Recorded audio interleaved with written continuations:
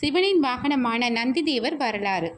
Part 2. நரகத்தில் அவதிப்பட்டு வந்த அந்த பெரியவர்கள் தனது முன்னோர்கள்தான் என்பதை வீதகத்ரர் புரிந்து கொண்டார். சிவபெருமானே, என் பாவமலையை கரைக்கவும் என் முன்னோர்களை கடைத்தே புத்திரனை பெறவும் நான் பூலோகம் செல்ல எனக்கு அருள் புரியுங்கள் பகவானே என்று வேண்டினார். சிவபெருமானும் வாழ்த்தி அனுப்பினார். அடுத்த பிறவியில் வீதகவ்யர் திருவையாற்றில் இந்தனர் குலத்தில் பிறந்தார். விவரம் தெரிந்த நாள் முதல் கல்லை உண்டார். அதனால் சிலாதர் எனும் பெயர் பெற்றார். சிலாதர் சித்ரவதி என்னும் உத்தமியை மணந்தார். ஒரு நாள் அவரது மனைவி, சுவாமி, நம் குலம் விளங்க பிள்ளை இல்லையே என கூறினார். வெகு காலம் நமக்கு பிள்ளை இல்லை என்பதை நினைத்து கவலைப்படாதே தேவி. கருவில் பிறக்காத அற்புத புதல்வன் நமக்கு வேண்டும். அதற்காக ஈசனை வேண்டி தவம் செய்வேன் என கூறி சிலாதரும் தவம் செய்ய ஆரம்பித்தார்.